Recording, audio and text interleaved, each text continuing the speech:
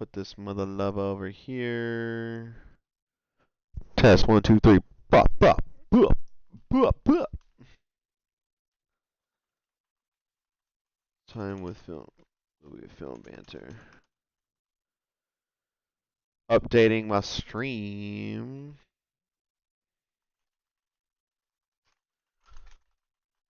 Boom. Boom. Boom.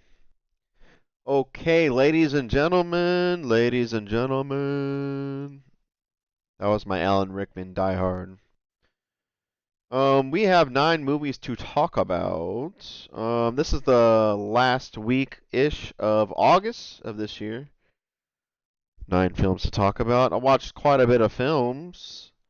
I've been really slacking this year. I was watching like 6 or 7 movies a month. So behind. I'm not going to hit my goal of 200 movies in 1 year this year, but that's okay, guys. It's not a bragging contest. I don't need to watch more movies than everybody and whatnot. As long as I'm taking care of my health and getting my backlog of video games in, doing my news streams, my book readings on streams. I like doing that. So, you guys ready? Let's talk some movies. Whoop. All right, first film I want to talk about is a horror movie, Until Dawn, released this year, 2025, directed by David F. Sandberg. I gave this one 3 out of 5. Guys, if I give it 3, it's a recommendation. It's a Roger Ebert 2 thumbs up. Rest in peace, Roger Ebert. So this is loosely based off the video game.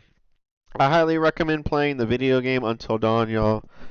It's like an interactive movie, but pretty scary, and you really have to make dialogue choices quickly and on the fly, as honest and earnest as you can, and you can get your partners killed off if you are selfish or you just don't think quick enough, you know what I mean?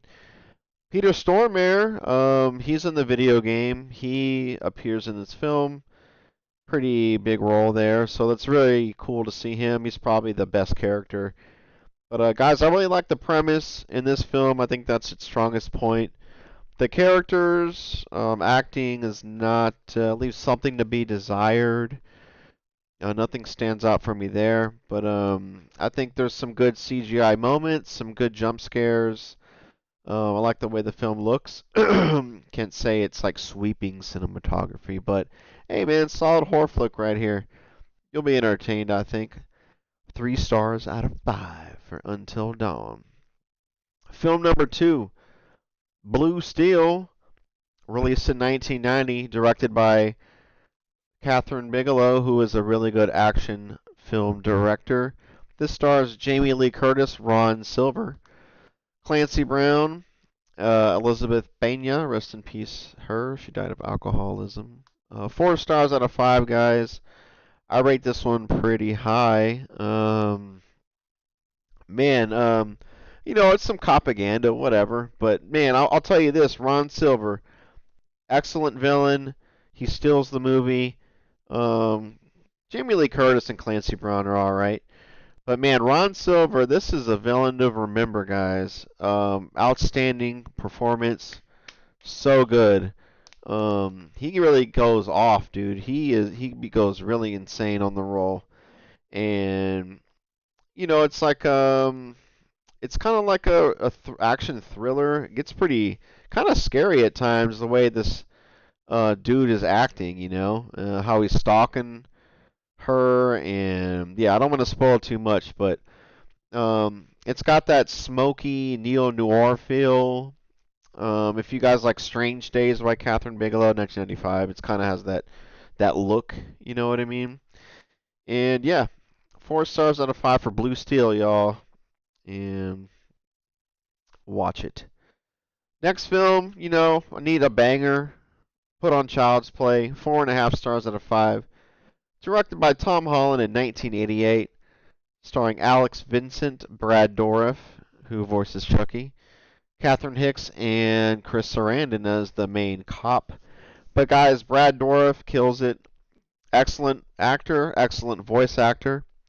He is outstanding, guys. And as a horror movie, maybe not too scary, but this is a great horror movie, man.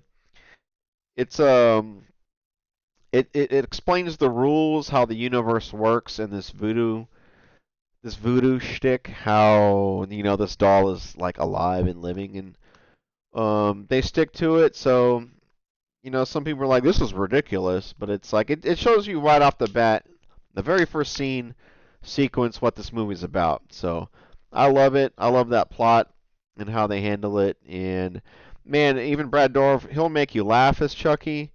So I think it mixes in some humor in there. But outstanding horror movie. 4.5 stars out of 5 for Child's Play. All right, guys. So I don't watch superhero movies, but when the first Spider-Man came out, I was middle school, high school, and it was a big deal. So these are kind of a guilty pleasure. It's got nostalgia.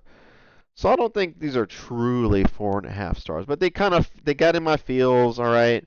So let's just talk about the first one, directed by Sam Raimi, released in 2002. I gave it 4.5 stars out of 5.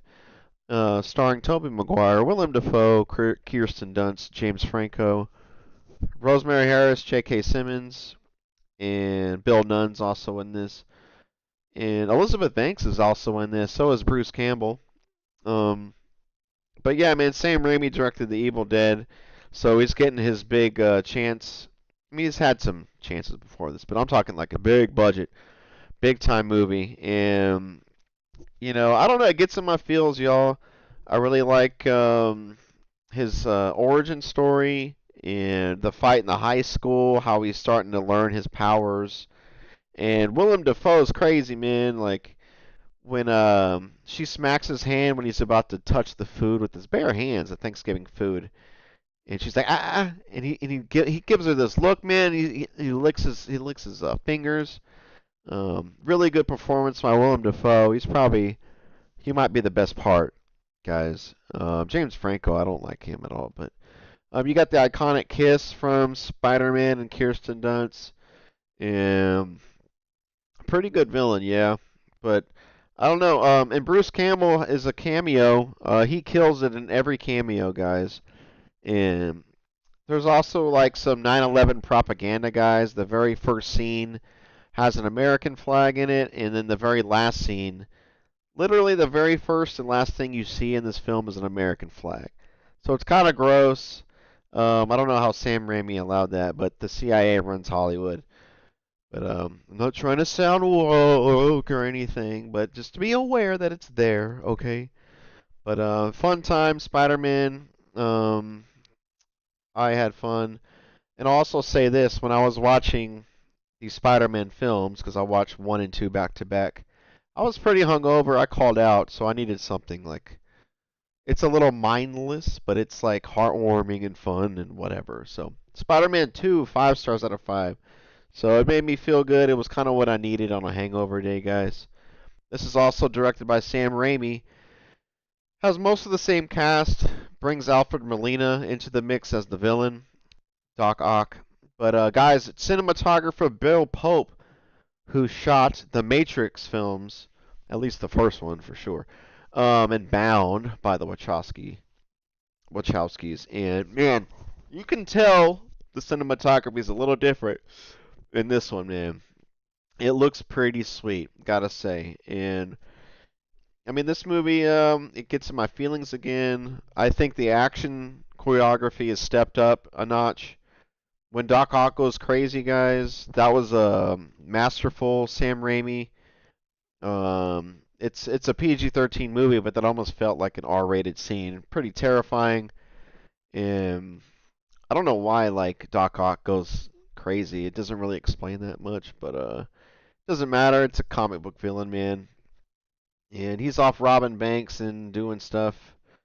And yeah, dude, really enjoy Spider-Man 2. I think everyone does well in this, and Tobey Maguire is pretty good. Probably his best role, best performance. So 5 stars out of 5 for Spider-Man 2.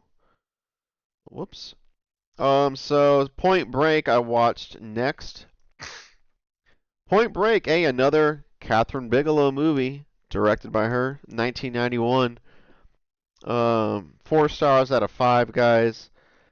Keanu Reeves, Patrick Swayze, Lori Petty, Gary Busey, John C. McGinley. Um, I want to say this is a good adrenaline rush. Who doesn't like a good heist movie, y'all? Pretty good heist movie, and Keanu's pretty solid. He's an action star. That's what he's best at, and I think he's used well here. Patrick Swayze, you want to like him, but shit hits the fan, guys. I'm not gonna spoil too much. And Lori Petty's actually pretty good in this. Pretty good actress. Gary Busey has his one-liners in this. So does John C. McGinley. He's always tuned up to like 100%. He's so dialed in and over the top. Really intense guy on and off the screen. I've been told. But I like how they make Swayze Bodhi kind of a sympathetic villain. But maybe towards the end you don't feel that way, as you know. But I just like the speech he has as to rally his troops. You really want to like this guy, you know. But the chase sequences are really good. There's some good death scenes. Good act. Catherine Bigelow knows action, guys. She's one of the best action directors out there, in my opinion. And hey, Anthony Kiedis is also in this. Tom Sizemore is also in this. He was in Point Break in a little role too. Yeah, 4 stars out of 5 for Point Break, y'all. Oh, and also I want to point out that it is a propaganda-ish movie, but Johnny Utah does throw his badge into the ocean at the end. Oh shit, I just kind of spoiled part of it. That's the way you should do it, man. Okay, Spider-Man 3. I had to do the trilogy. I did the first two, and I can't say I saw the third one from beginning to end, y'all. So I was very curious about this one. Same cast for the most part, except Thomas Hayden Church as Sandman is in. Topher Grace is in as Venom. Bryce Dallas Howard as Gwen Stacy's in. And James Cronwell plays the father of Gwen Stacy. Bruce Campbell also. Dylan Baker, he's in this more. I think he pops up in the first and second films, but he gets more screen time here. Guys, this one is more of a mess. Spider-Man 3. There's a ton of studio meddling. Listen to some podcasts, guys. They there shouldn't really have been it should have been Sandman or Venom, one of those two, and that's it. Because it makes no sense how they team up in the middle end of the movie. It makes no sense at all. They try and cram in so much crap in this movie, and it's just not that it's too much. They needed to cut this movie down, do one villain instead of those two, and yeah, man. So it's messy. That's all I gotta say. I give it 3.5 out of 5. Still entertaining. And I will say that at the biggest climax of the movie, Spider-Man flies in front of a huge American flag. It's kind of gross. But yeah, man. Um, Directed by Sam Raimi again. So I think he did a pretty good job than what he had. And salute to Bruce Campbell in that one. All right. It's Caught Stealing, released this year in 2025. This is directed by Darren Aronofsky, starring Austin Butler, Regina King, Zoe Kravitz, Liv Schreiber, Vincent D'Onofrio, Griffin Dunn. Hey, Griffin Dunn's in this? That's pretty cool. Bad Bunny's also in this. Guys, Aronofsky, the director, needed a paycheck, it looks like, and that's why he did this movie, because it's nothing new. It's trying to be hip and cool and crime, and there's like a punk rocker. A lot of characters are punk rockers, and it's got some style, but it's pretty standard crime escape guy on the run type of movie. You know what I'm saying? I still gave it 3.5 stars out of 5 because it was very entertaining. I had fun, guys, although it didn't do anything new. There's a gratuitous sex scene with Kravitz and Butler that was really stupid. It was not feeling that at all. It was definitely in there to get two hot stars semi-naked on the screen. So that was kind of weak. But hey, man, you've got really interesting villains. You got twists. You got thrilling chases, and you've got a cat that is also plays a key role. So, throw this on, guys. If you need like an easy popcorn movie, put Caught Stealing on. Um, 3.5 stars out of 5. I recommend. All right, last film I want to talk about is a horror submarine war movie, if I said that right. Directed by David Toohey, released in 2002. I gave this 3.5 stars out of 5. I will say, check this out, guys. Darren Aronofsky, he wrote one of the co-writers on this one and one of the producers. So I just wanted to, connect that with the last movie we talked about. This stars Matthew Davis, Bruce Greenwood, Olivia Williams, who's, man, she's hot in this one. Zach Galifianakis, a baby, a young role. Holt McElhaney, if I said that right. Nick Chinlund, I actually met him where I worked in retail. I took a picture with him. He was pretty nice. A lot of who's who, guys. You watch this, you'll be like, hey, I know who that supporting actor is, that character actor. But guys, like I grew up watching U571, that war movie with Matthew McConaughey, Bill Paxton, all the time. It was always on TV, and I'd always throw it on. And this one has that same vibe, but it's a horror movie, so I had to like it, man. And submarine movies are a good little subgenre. It's very interesting how they shoot in a tight space and make it claustrophobic. But I think a horror setting for a submarine is a really good idea. And not too scary, not too like you kind of figure out how the plot's gonna go. But it kept me guessing a little bit, but it wasn't like whoa, you know what I'm saying? But you got a stacked cast, and you got some decent horror vibes, some good shots here and there, some decent color palettes. But yeah, man, check out below, man. And 3.5 stars out of 5. So there you go. That was the last week of August, guys. 9 films, and I'm catching up to September. Probably talk September here soon on the channel. And there you go. So I want to say thank you guys for watching me talk movies. It's always a pleasure. What have you guys been watching? Let me know in the comments. I'm live on X, TikTok, YouTube, and Twitch right now. But you can leave a comment on one of those social medias. This is my Letterboxd account, guys. You can follow me. I log every movie I watch. So it's my current favorite movies. Here's my last 4. And yeah. So only 139 films this year. I'm way behind. Cool. Well, thank you guys for watching. I'm currently playing Clair Obscur, the RPG. I think Resident Evil Village. I'm currently playing. I started that because I was curious. I'm a big Resident Evil fan. Kind of curious how that was, if it holds up or not. I gave RE Village a huge rating the first time. So. Alright, so yeah, I'm gonna stop the stream here. I'm gonna make some clips and got some chores to do, but I want to game later tonight. So stay tuned, guys. Follow me.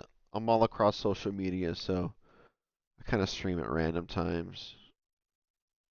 Alright, well, thanks for watching, and I'll see y'all later.